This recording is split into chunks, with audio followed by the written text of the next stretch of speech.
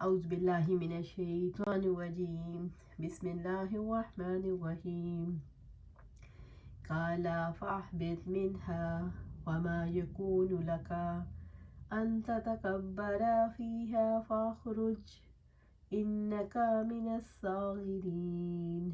اللہ تعالیٰ نے فرمایا اتر جاؤ اس سے کہ تمہارے لیے یہ نہیں ہوگا کہ تم اس میں تکبر کرو، سو نکل جاؤ، یقیناً تو واقعی ذلیل ہونے والوں میں سے ہے۔ سورۃ الاعراف آیا 13۔ قال فاہبط منها، اللہ تعالیٰ نے فرمایا جنت سے اتر جاؤ، فما یکون لک ان تتکبر فیہا، کہ تمہارے لیے یہ نہیں ہوگا کہ تم اس میں تکبر کرو۔ رب العزت نے فرمایا تیرے لائق نہ تھا کہ تو جنت میں رہ کر تکبر کرے، کیونکہ یہ پاک لوگوں کا گھر ہے، یہ خبیث لوگوں کے لیے نہیں۔ ابلیس جنت سے کیوں نکال دیا گیا اور کیوں اللہ تعالیٰ کی رحمت سے دور کر دیا گیا؟ ابلیس نے اللہ تعالیٰ کے حکم سے نافرمانی کی۔ ابلیس نے اللہ تعالیٰ کا حکم سن کر فیصلے کی ڈور اپنے ہاتھ میں لے لی، وہ قبول کرے یا نہ کرے۔ اس طرح اللہ تعالیٰ کے فیصلے کو رد کر کے اس کی رحمت سے دور کر دیا گیا۔ ابلیس نے جان بوجھ کر کفر کا ارتکاب کیوں کیا؟ ابلیس کا اعتقاد متزلزل تھا، حالانکہ اس کے پاس علم اور معرفت کی کمی نہ تھی، اس لیے اس نے کفر کا ارتکاب کیا۔ ابلیس کے اندر گھمنڈ کی نفسیات جاگ اٹھی تھی۔ فاخرج انک من الصاغرین، سو نکل جاؤ، یقیناً تو واقعی ذلیل ہونے والوں میں سے ہے۔ اللہ تعالیٰ نے ابلیس کو حکم دیا کہ تو ذلیل ہونے کے لائق ہے، اس لیے جنت سے نکل جاؤ۔ ابلیس کو اس کے حسد، تکبر اور خود پسندی پر اہانت آمیز سزا دی گئی۔ تو ہمیں بھی یہ سوچنا ہے کہ ہم اس بیماری میں مبتلا تو نہیں، ہم تو کسی سے حسد نہیں کرتے، تکبر تو نہیں کرتے، خود پسند تو نہیں، کیونکہ یہ ایسی خصوصیات ہیں جو اللہ کو ناپسند ہیں اور جنت میں جانے کے آڑ ہے۔ جنت میں جانے والا یہ صفات کے ساتھ نہیں جائے گا۔ تو اللہ سبحانہ تعالیٰ ہمیں ان سے دور رکھے اور ان سے عاجزی اختیار کرے انشاءاللہ۔ قال انظرنی الی یوم یبعثون، ابلیس نے کہا مجھے اس دن تک کی مہلت دے جب وہ اٹھائے جائیں گے۔ سورۃ الاعراف آیا 14۔ قال انظرنی، اس نے کہا مجھے مہلت دیں، الی یوم یبعثون، اس دن تک جب وہ سب کو دوبارہ زندہ کر کے اٹھایا جائے گا۔ ابلیس نے اولاد آدم کو گمراہ کرنے کے لیے دشمنی کا اعلان کیا اور مہلت مانگی۔ ابلیس نے اللہ تعالیٰ سے مہلت کیوں مانگی؟ ابلیس نے توبہ کرنے کی بجائے انتقام کا راستہ اپنایا۔ ابلیس جانتا تھا کہ اللہ تعالیٰ کے ارادے کے بغیر وہ اپنی چاہت پوری نہیں کر سکتا۔ ابلیس نے عزم کر لیا کہ انسانوں کو گمراہ کر کے رہوں گا۔ ابلیس نے گہری دشمنی کا انتقام لینے کے لیے مہلت مانگی۔ قال انک من المنظرین، اللہ تعالیٰ نے فرمایا یقیناً تم مہلت دیے جانے والوں میں سے ہو۔ سورۃ الاعراف آیا 15۔ قال انک من المنظرین، اللہ تعالیٰ نے فرمایا یقیناً تم مہلت دیے جانے والوں میں سے ہو۔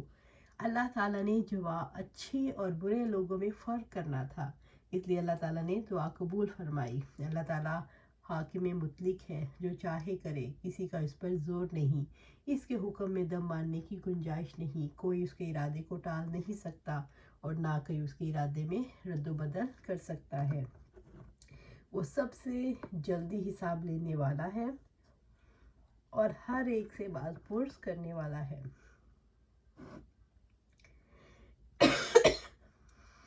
ابلیس کو قیامت تک کے لیے مہلت دی گئی ہے۔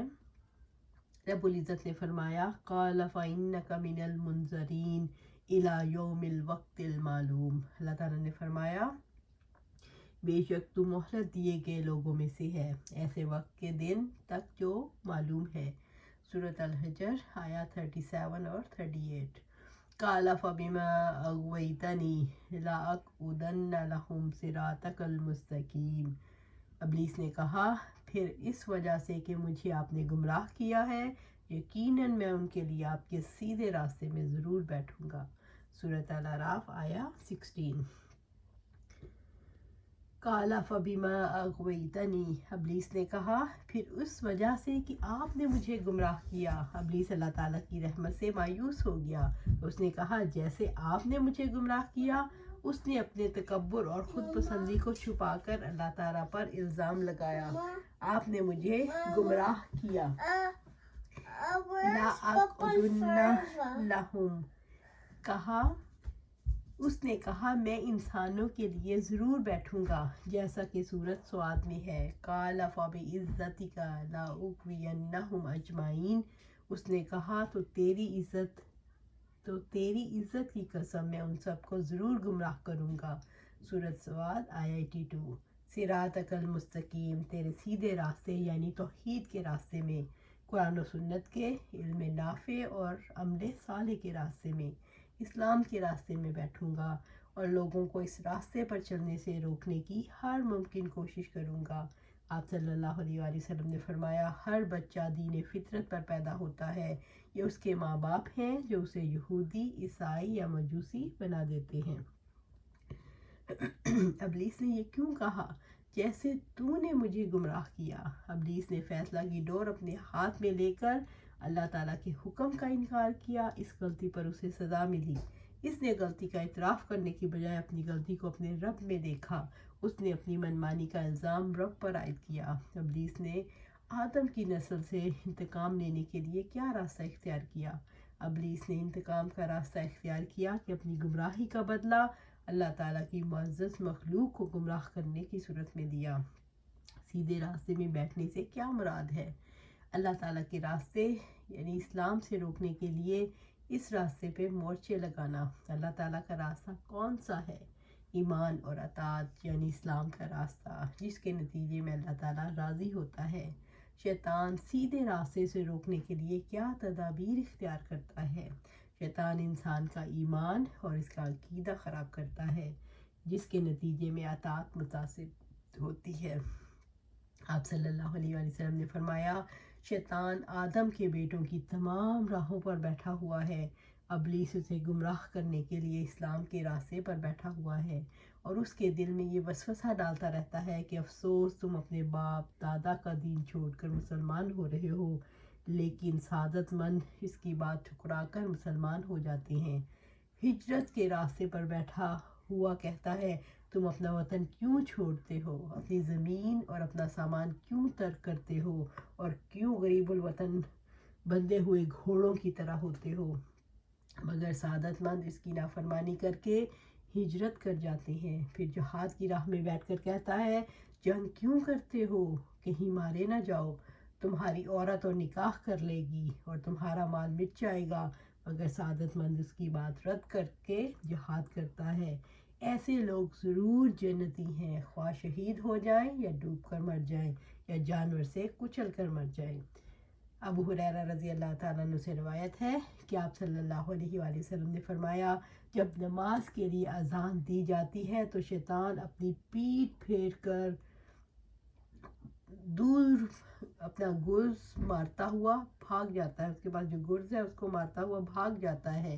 جب اذان ختم ہو جاتی ہے تو واپس آ جاتا ہے، پھر جب تکبیر ہونے لگتی ہے تو بھاگ کھڑا ہوتا ہے، اور جب تکبیر ختم ہو جاتی ہے تو پھر واپس آ جاتا ہے، اور آدمی کے دل میں وسواس ڈالنا شروع ہو جاتا ہے، فلاں بات یاد کر اور فلاں بات کا یاد کر، نتیجہ یہ ہوتا ہے اس کو یہ بھی یاد نہیں رہتا 3 رکعت نماز پڑھی تھی یا 4 رکعت، جب یہ یاد نہ رہے تو سہو کے 2 سجدے کرے۔ آپ صلی اللہ علیہ وسلم نے ایک دن اپنے خطبے میں ارشاد فرمایا سنو، میرے رب نے مجھے یہ حکم فرمایا ہے کہ میں تم لوگوں کو وہ باتیں سکھا دوں جن باتوں سے تم لا علم ہو۔ میرے رب نے آج کے دن مجھے وہ باتیں سکھائی ہیں، وہ باتیں میں تمہیں بھی سکھاتا ہوں۔ اللہ تعالیٰ نے فرمایا میں نے اپنے بندے کو جو مال دے دیا ہے وہ اس کے لیے حلال ہے، اور میں نے اسے اپنے سب بندوں کو حق کی طرف رجوع کرنے والا پیدا کیا ہے، لیکن شیطان میرے ان بندوں کے پاس آ کر انہیں ان کے دین سے بہکاتے ہیں، اور میں نے اپنے بندوں کے لیے جن چیزوں کو حلال کیا ہے وہ ان کے لیے حرام قرار دے دیتے ہیں اور ان کو ایسی چیزوں کو میرے ساتھ شریک کرنے کا حکم دیتے ہیں جس کی کوئی حجت میں نے نازل نہیں کی۔ صبح شام یہ دعا نہ چھوڑا کرتے تھے، اللہم انی اسألک العافیۃ فی الدنیا والآخرہ، اللہم انی اسألک العفو والعافیۃ فی الدین و دنیای و اہلی و مالی، اللہم استر عوراتی و آمن روعاتی، اللہم احفظنی من بین یدی ومن خلفی وعن یمینی وعن شمالی ومن فوقی واعوذ بعزت وبعظمتک ان اغتال من تحتی۔ اے اللہ، بے شک میں تجھ سے دنیا اور آخرت میں معافی عافیت کا سوال کرتا ہوں۔ اے اللہ، بے شک میں تجھ سے اپنے دین اور دنیا میں اپنے اہل و مال میں معافی کا اور عافیت کا سوال کرتا ہوں۔ اے اللہ، میرے عیبوں پر پردہ ڈال دے اور میری گھبراہٹوں میں امن دے۔ اے اللہ، تو میری حفاظت فرما، میرے سامنے سے، میرے پیچھے سے، میرے دائیں سے، میرے بائیں سے اور میرے اوپر سے، اور میں پناہ مانگتا ہوں تیری عظمت کے ساتھ اس بات سے کہ میں اپنے نیچے سے ناگہاں ہلاک ہو جاؤں۔ اللہ سبحانہ تعالیٰ سے دعا ہے کہ ہمیں اپنی عافیت میں رکھے، شیطان کے ہر ٹرک سے بچائے، اور ہمیں چاہیے کہ ہر وقت اللہ کی پناہ میں رہیں اور اپنی زبان کو اللہ کے ذکر سے تر رکھیں۔ اللہ سبحانہ تعالیٰ ہمیں قرآن و سنت پر عمل کرنے کی توفیق عطا فرمائے اور اس پر استقامت عطا فرمائے، آمین یا رب العالمین۔